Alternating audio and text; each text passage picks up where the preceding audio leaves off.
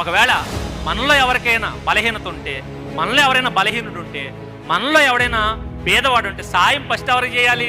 సంఘములో చేయాలి. నెక్స్ట్ ఎవరికి చేయాలి? బయట. కానీ ఈ మధ్యకాలంలో కొంతమంది పండితులు ఎక్కువైపోయారు, సంఘాన్ని అసలు పట్టించుకోరు. క్యారేజీలో అన్నం వండుకుని లేదా బిర్యానీ చేసుకుని వెంటనే ప్యాకెట్లు చేసేసి ప్యాకెట్లు సంచులు పెట్టుకుని దారంట పట్టుకుపోతారు. పట్టుకెళ్ళిపోయి ఆడు ఆల్రెడీ తాగేసి పడుకున్నాడు రోడ్డు పక్కన. ఆడు లెక్కొట్టి, లే నీకోసం ఏం తెచ్చాను. ఆడు ఎందుకు పడుకున్నాడు? స్వతంత్రానికి ఏమైనా అంటే స్వతంత్ర యుద్ధంలో పోరాటం చేసాడు. ఆడు ఏం చేశాడు? ఆ లెక్కొట్టి బిర్యానీ ప్యాకెట్ పెట్టి తినో అంట. ఓ సెల్ఫీ తీసి నేను ఏం చేశాను? అంత సేవ. ప్రభు ప్రేమను బట్టి పేదలకు ఏం పంచాం చెప్పాడు కూడా అతడు దేవుడు. ఇలాంటి పనికిమాల పనులు చేస్తాయి.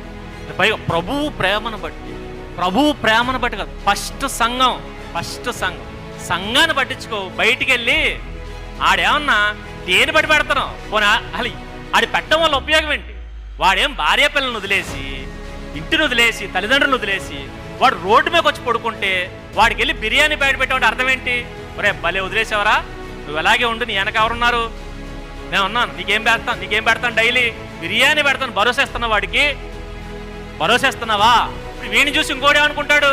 ఏదో భలే ఉంది, ఇంటికి వెళ్ళిన కానీ మా ఆవిడ పప్పు లేదు, ఉప్పు లేదు, నూనె లేదు అంటుంది, వదిలేసి వచ్చేసి ఎక్కడ పడుకుంటే బాగుంటుంది. ఆడు కూడా వచ్చి రోడ్డు మీద పడుకుంటే రేపు ఏం చేస్తావు? బిర్యానీ బయట పంచి దుప్పట్లు కొని మరి పంచుతున్నారు. చలికి వణుకుపోతున్నారు బెట్లో. దేని బట్టి చూపిస్తున్నావు? వాడు ఏం చేశాడు? వాడి ఫ్యామిలీని వదిలేస్తే ఆ ఫ్యామిలీని పట్టించుకొని నువ్వు పట్టించుకుంటావేంటి? ఇది ప్రేమ అనరు. నేను సోమరిపోతులను చేస్తాను.